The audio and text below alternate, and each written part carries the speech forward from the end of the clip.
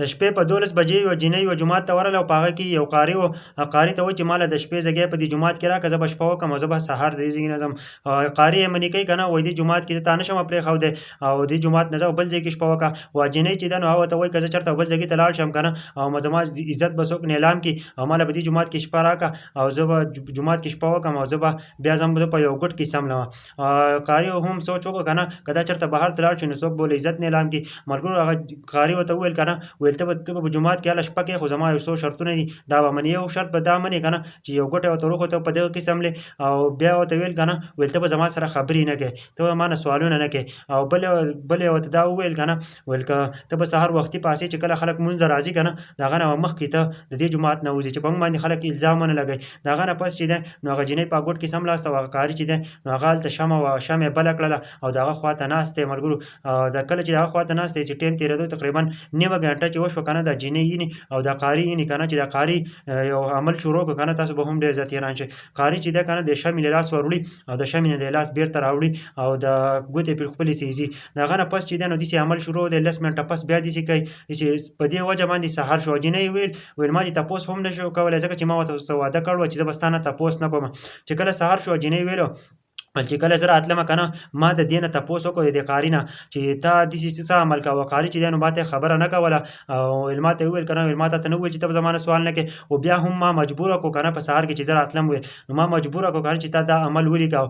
هغه ویل دا عمل مې قاري ورته ویل د جینۍ ته چې ما دا عمل ځکه کوه که نه چې کله به شیطان ماله راغی ما ته به وسوسې راواچولې چې دا جومات دی او یو ته یې دا جینۍ د خپل حوس پوره کړه او غلط کار د دې جینۍ سره وکړه او چې کله ما د شمعې له لاس ورغلو که نه او دې به زما ګوتې وسېزلې نو ما ته پته ولګېده که نه چې دا شمعه چې ده نو دا دومره سېزل کوي د جهنم اور به څومره سخي. نو زه به بېرته پاتې شوم که نه، زه به غلط کار نه پاتې شوم. ملګرو ویل دقسې چې شیطان به ماله راته ما به دقسې چل کوه. ویل دا ګوتې مې ځکه سوي دي. هغه جینۍ چې ده نو هغه بیا روانه شوه د جومات نه لاړه. چې کله د جومات نه لاړه خپل کلي ته ورسېده. چې خپل کلي ته لاړه نو دا هلته چې و نو دوی د غټ خاندان سره تعلق ساتو. د جینۍ واده یې کاوه. د جینۍ چې کله واده کاوه نو د جینۍ نه تپوس وکړو نو د جینۍ ورته ویل چې په پلانکي کلي کې یو قاري دی او زه به د هغه سره واده کوم او هغه سره به زه واده کوم. بیا هغه جینۍ چې ده نو د قاري سره واده وشو. ملګرو زما په دې ویډیو کې اصل مقصد دا دی که نه، که تاسو سوچ وکئ نو که د ګناه کارونه ډېر زیات شوي دي، هر سړی د ګناه کار کوي.